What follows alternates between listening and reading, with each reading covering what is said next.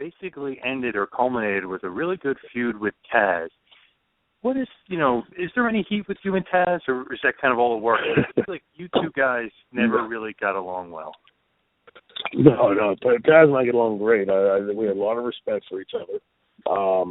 The angle with Taz started off a year before, but better than a year before. And Paul was angry with Taz, something about stipends, daily stipends, receipts or something. Taz, Paul was paying us a stipend. And in return, like any company, when the company pays you a stipend, you hand the receipts for your hotel, your rental car, food, whatever. And so the company pays you, and then they get to write the receipt off. Well, I guess Taz wanted to do both. And there was some arguments with him and Paul about who got the receipts. And Paul was really upset that Taz wouldn't give him his receipts. And that's where the idea of the angle started. And Paul had told me from the beginning that this would be the first job that Taz does. He'd been unbeatable up to that point. So the whole buildup of me backpedaling from him for over a year and, having him pin me for the TV title in under 3 minutes and all of that, those are things that I would have never done had I thought that Taz was going over. Because as a heel, you have to be able to maintain your heat. If you don't maintain the heat, then you can't draw money. So the week of the pay-per-view, now this is after the whole year-and-a-half long build-up.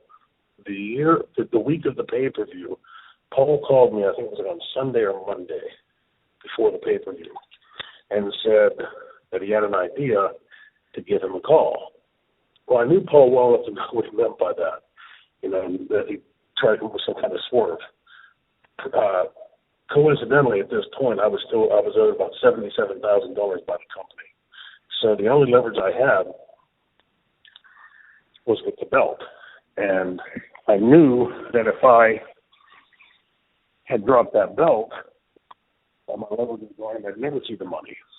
So, right away, all the wrestler paranoia instincts start kicking in. And I tried calling Paul Tuesday, nothing. Wednesday, nothing.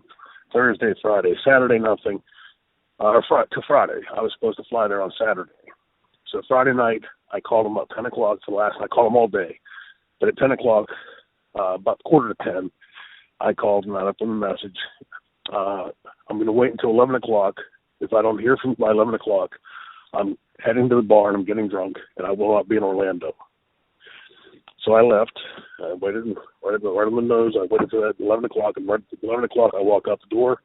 I went to the bar, and I proceeded to get rip-roaring drunk, not planning to head to Orlando. So I get to the bar, and about a half an hour, 45 minutes after I get to the bar, Paul calls. I answer the phone. I hear his voice. I hung up on him.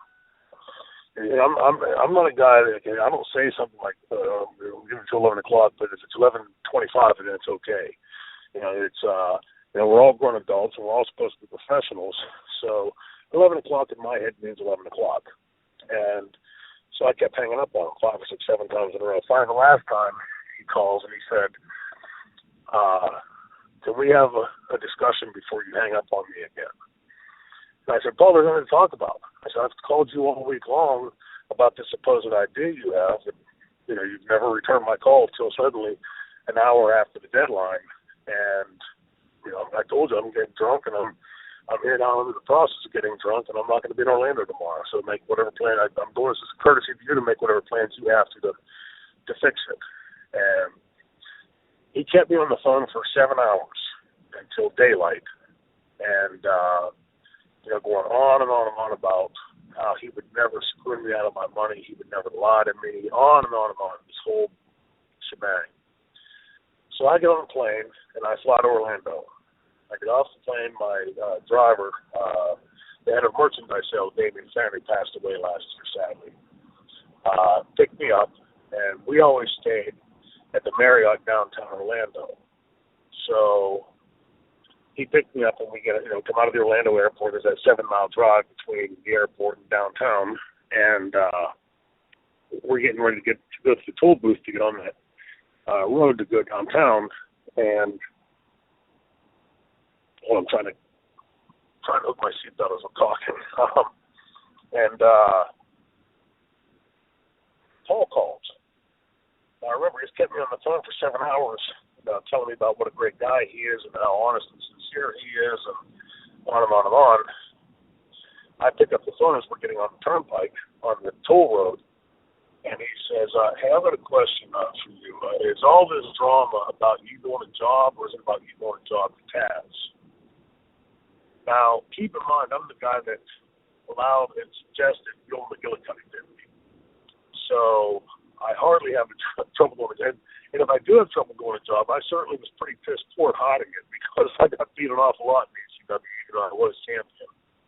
And so when he said that, it just really, really pissed me off. And I asked him where he's staying. He said the Marriott at the airport. I looked over, and we're going by, we're on the toll road, but we're going by the Marriott on the other side of the highway. So I grabbed the steering wheel of the car right before the toll booth and spun the car around. I was in the passenger seat and spun the car around to go back to the Marriott.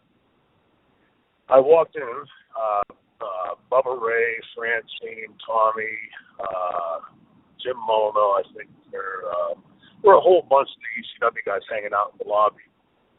And I said, what room is Paul in? And Bubba told me, and I went up. The door was propped open, and the deadbolt over. So I walked in. He's in the shower. So I sit down in the chair in the corner of the room waiting for him to come out of the shower, and he comes walking out of the shower with him.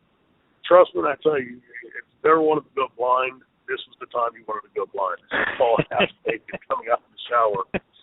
He came out of the shower and he saw me sitting there, and it about choked on his tongue when he said, I just want to start by saying I'm sorry. And I said, look, Paul, I said, I don't know what kind of game you're playing. And it's one of this kind of terse relationship this whole weekend. The next day, we come to the building for the pay-per-view. In my head, I'm thinking the whole time, I know I'm being screwed. And of all things I deserve from ECW, that wasn't one of them. I had been very vocal about the other companies. I had put ECW on the pedestal. Meaning I burned bridges with the other companies, I thought. And, it really half killed myself physically in the ring. 3 days after I had that major elbow surgery, I'm in the ring in a cast getting German suplexed by Taz. My doctor, when he saw that, about had a fit. He said, what the hell's wrong with you? And that was the stuff that I would do for ECW. Not that I deserve a medal for that, far from it, but nor do I deserve to get screwed or lied to for it. And so when it came time to get to the building that day, I was sitting in the car. I physically, my body wouldn't allow itself to get out of the car. Like every time I'd start, it would just stop. So I sat in the car for it seemed like a couple hours. And I remember Axel, bring the story full circle. Axel coming up to the window. Chris and Tammy came up to the car. Francine, I think, did. I could tell I'll be in. And last minute I thought, you know what, I know I'm getting screwed. I started the car and I drove out. I went to TGI Fridays down the road and I was drinking a beer. And Bam Bam called. He goes, what are you doing? And I said, I'm down the road here. I'm having a beer. Why? He said, are you coming to the show today? I said, I don't know yet, Scott. He goes, well, Troy, you don't really want to screw the fans, do you? And when he said that, it popped into my head. I was like, he's right. It's not the fans' fault that Paul was an idiot and lied. And so I started into this thing in my head, fighting myself, and like, should I or shouldn't I? And every time I'd think of the fans, I couldn't do it. I thought, and I'm getting screwed. The fans that have paid for this paper, you deserve to get the show that they paid for. And so I went in, and Taz and I proceeded to tear the house down. We had an incredible match. But as far as your initial question, Taz and I get along fine. We don't talk very often. He's busy and I'm pretty busy. But when we do talk, we can talk for hours on the phone, and we've always gone along very well. Taz has always been great to work with. I love working with those guys that can, like Taz do the throws, or like Pitbull to the press, and manhandle you around like Bam Bam or whatever. I loved working with guys like that. Taz was very, very good at it. You guys definitely had